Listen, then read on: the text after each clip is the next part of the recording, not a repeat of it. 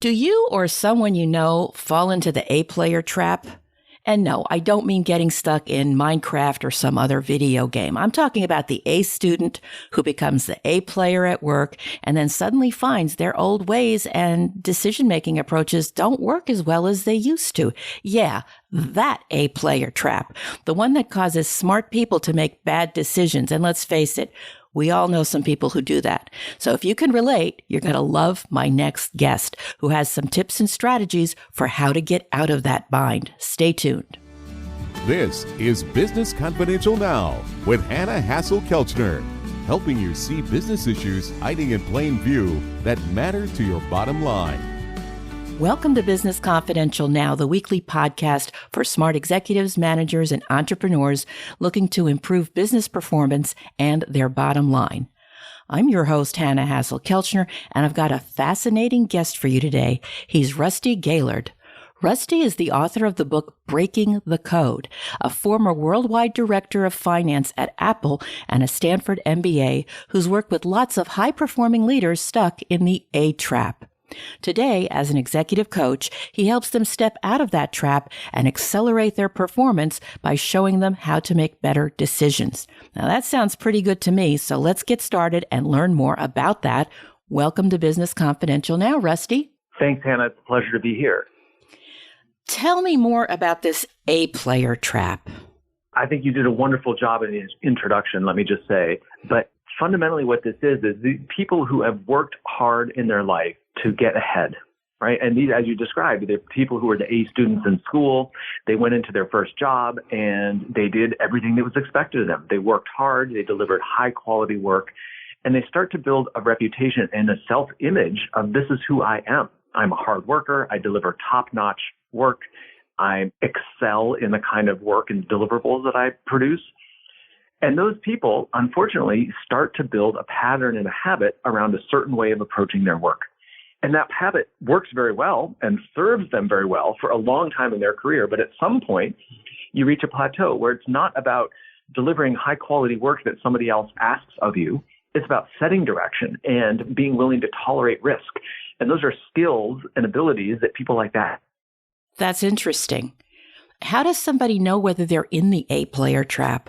By looking around and noticing, I'm not getting the kind of results that I have gotten in the past, or I'm not advancing and progressing in the way that I would like to.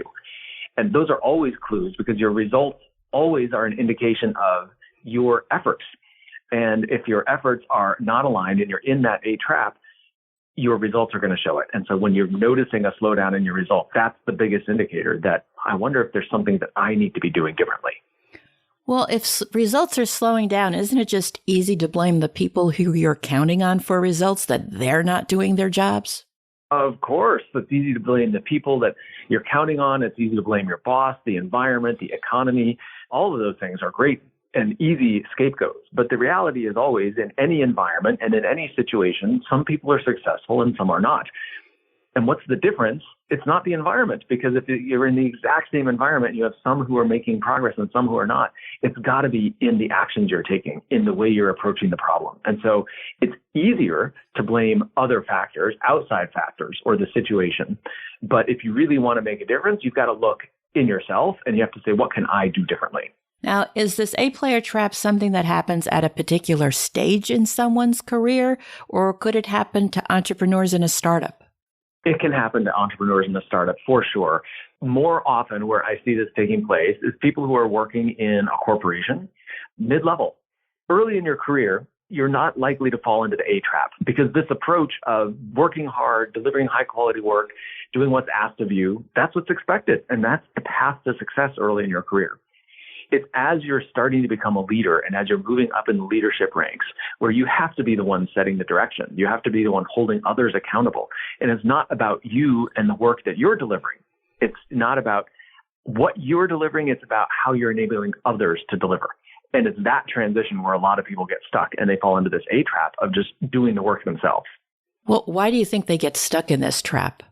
So you mentioned that my book and the introduction, it's called Breaking the Code. And the reason the book is named that is it's basically drawing the analogy to, I'm going to say, your phone or a computer or any kind of technology that's been programmed to do a certain thing. You may not be very comfortable with the idea that you have been programmed to do a certain thing. But it's basically that the accumulation of your habits and patterns and what has worked for you in the past. And when you do something that works, you tend to repeat it. We all do. We all go back to what we know that's reliable. And if this pattern has worked, it's almost like you've been programmed to follow the same steps, to work hard, to deliver high quality work, to get everything done, to aim for perfection. And it's those patterns and those habits that stop serving you. And so it's the programming. It's the fact that this has worked so well in the past, and yet now it's not working as much anymore, but you've been programmed. And so you have to break the code. You've got to break the programming. You've got to step outside of that pattern. And that's really challenging. Well, that makes a lot of sense, Rusty.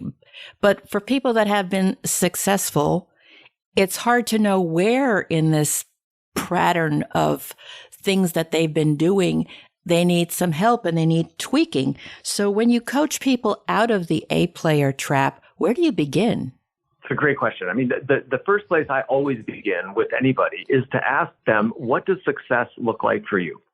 And a lot of people give a very kind of simple answer. Well, I want to get promoted, or I want to grow the revenue of my company, or, that kind of thing.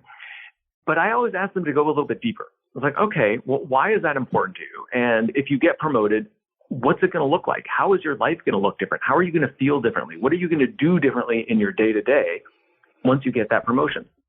And it's important to start to unpack that and really get into the details of a rich picture of what is success. Because for all of us, success is not just the what we're doing. It's not just the result. It's not just the promotion, for example. It's also the experience of what it is like to be that person. Okay, so if you get promoted, what are you going to do differently? How does your day look different? How are you going to feel as you're interacting with people? Are you going to feel differently than the way you feel now? And you have to uncover those things and explore them, because those become the seeds of actions you can take that help to move you forward in that direction. Could you give me an example? Absolutely. So, one example is, I'll take an example of a client that I'm working with right now, who our conversation started off around promotion. And we explored, what does it look like to be promoted, and what are you going to do differently, and all of that. And what he had been doing so far was delivering really excellent results in his work. But through the conversation, some of the things that came out was he was not keeping his boss as well informed about his strategy and his direction as he could have been. He wasn't keeping his peers as well informed as he could have been. He wasn't building the kind of cross-functional partnerships and relationships across the organization that enable him to adjust his strategy, that enable other people to know what he's doing and get visibility into his results. He wasn't building that kind of teamwork that is required for somebody to move forward. Because what is a leader? A leader is somebody who influences others to take action. And if all this person was doing was delivering really great quality on his work, how is that influencing other people? He needed to be out there building the relationships and starting to establish his credibility so he could influence people. But that was a mindset shift for him, because his focus had always been just on the work. So that's a real transition into leadership issue. It is. And that's really where a lot of people fall into the A trap, is in this transition to leadership. A lot of, very smart people saying, I want to progress, I want to be a leader, but the way they're going about it isn't getting them there. And that's where the challenge comes in. And that's where you have to actually start to make different decisions about how are you spending your time? What are you focused on? And when you make those different decisions, that enables you to make the transition to leadership. Well, that makes a lot of sense. But I think we've all known leaders, people who are in those positions, who make some bad decisions. And is it because they haven't completed the transition into leadership as you've described it? Or is there something else that happens once somebody reaches that level that still keeps them in a different aspect of the A-player trap? Yeah, certainly one of the elements of the A trap is about doing what other people expect you to do, or doing what you think other people expect you to do. Which, is we all come by honestly, because when we go to school, we're all trying to please the teacher, because pleasing the teacher and doing what the teacher wants you to do is what gets you a good grade. So we were all taught that in school. When leaders carry that into their leadership style and their decision-making style, that can not serve them very well. So one of the ways to make better decisions, I've got 3 little tools. We start with S. Well, one of them is to imagine that it's a solo decision. So it's just you, and you didn't have to worry about what other people think, what they're going to say about it, how it's going to impact other people. If you just get to your core and you say, what do I believe is the right path forward for us? And if you can get to that kind of clarity, most people know that. Most people know exactly, if I didn't have to worry about what people would think and all of the other noise that surrounds many decisions, if I can just boil it down to that simple solo decision, what would I do? And that can be a really powerful way to get clear on what you believe is the right path. And I think if more leaders did that, you would have fewer of these bad decisions. Well, that's interesting because isn't it kind of the best path for me versus best path for the organization? Sometimes people are more focused on their own self-interest. Well, and certainly, yes, that's absolutely. And you're right about that. And what I meant by that is not just what's best for me, but what do I believe is the best decision given the entire suite of stakeholders in this scenario, but not trying to manage egos and politics and what are other people going to think, because that's where everybody gets stuck. I have an example of a client who was trying to decide whether he should grant an exception to a vacation policy for one of his employees. And this was a brand new policy. It had just been put into place. And within the first week, here comes an exception. And how do we handle this exception? And so, there's a lot of complication in that scenario. Well, it's a brand new policy. What are the people going to think who developed this policy? And am I setting a bad precedent? And so on. And so you can get caught up in all of these different factors.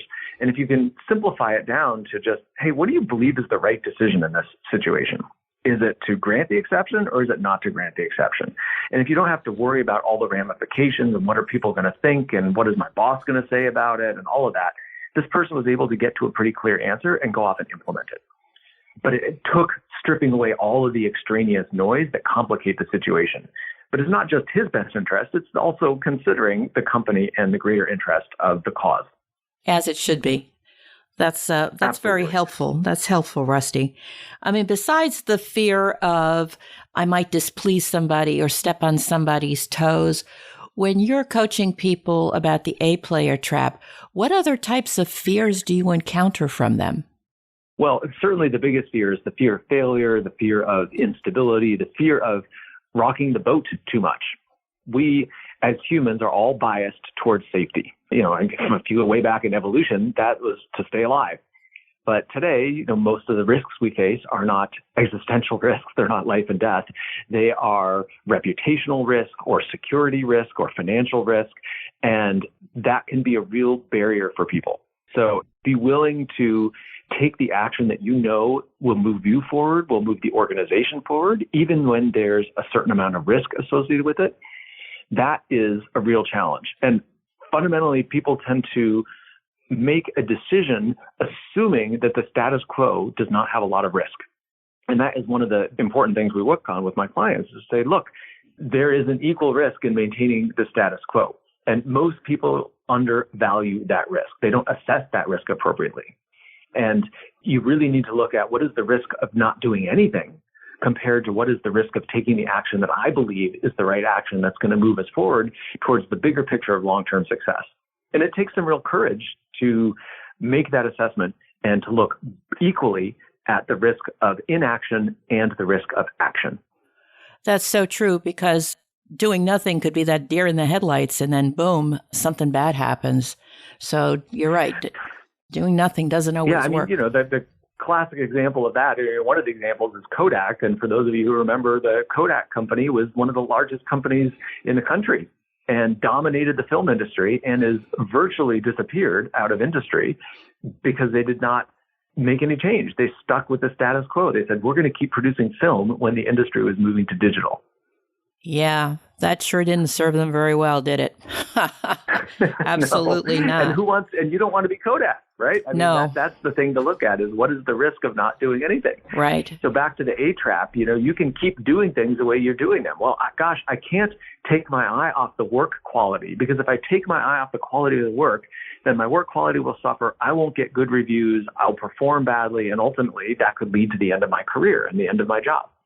Well, certainly there is a risk of continuing to keep your focus just on the work, which is you're not doing these other things, like I talked about relationship building, setting direction, having conversations with people about build that kind of teamwork so that you can influence them and become established as a leader.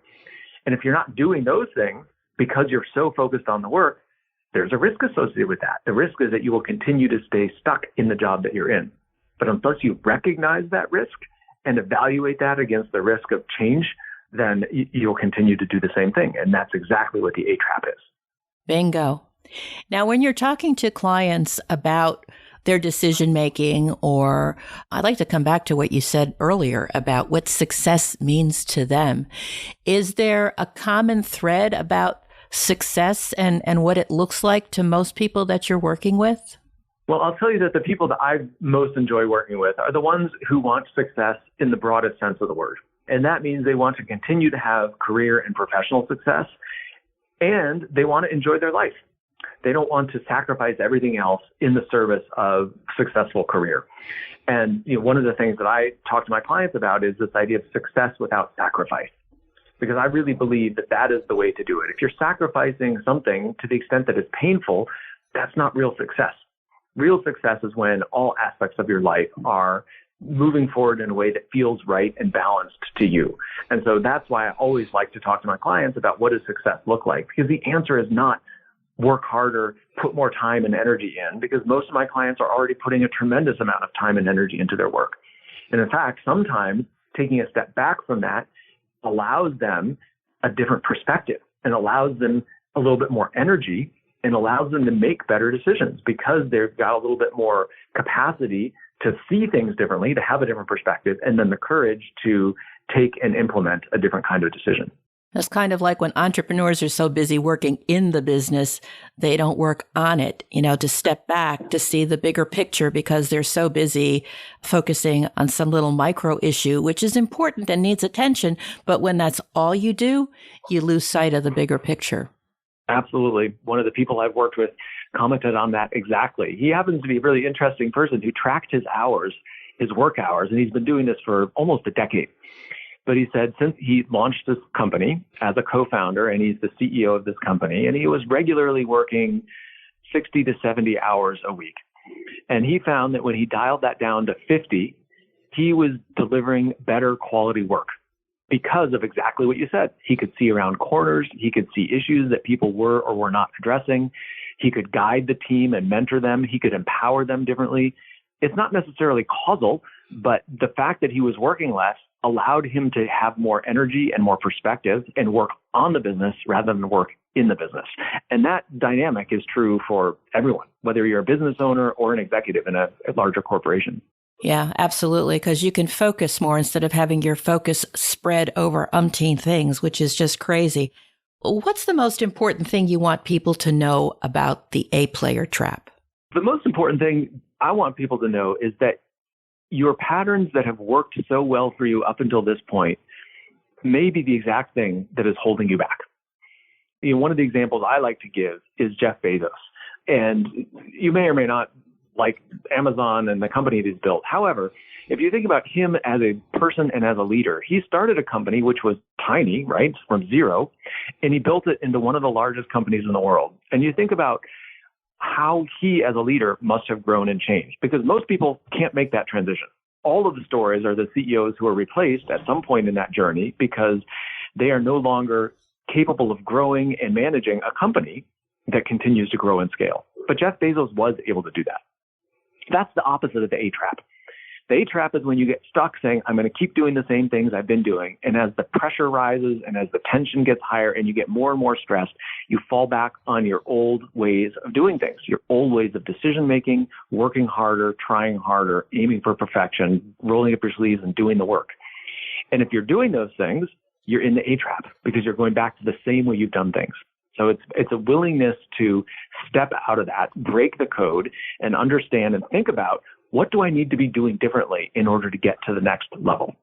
Terrific. It's all about, like you said, breaking that code, having a growth mindset that there's ways to learn to do new things or do old things in a better way. So, Rusty, this has really been great. I appreciate your time and the way you're helping people out of the A-player trap, because I think everybody benefits. They individually, their friends, their family, and the organizations that they work for or are building. So if you're listening and you'd like to know more about Rusty Gaillard, his work, and his book, Breaking the Code, that information, as well as a transcript of this interview, can be found in the show notes at businessconfidentialradio.com. Thanks so much for listening. Be sure to tell your friends about the show and leave a positive review. We'll be back next Thursday with another episode of Business Confidential Now. So until then, have a great day and an even better tomorrow.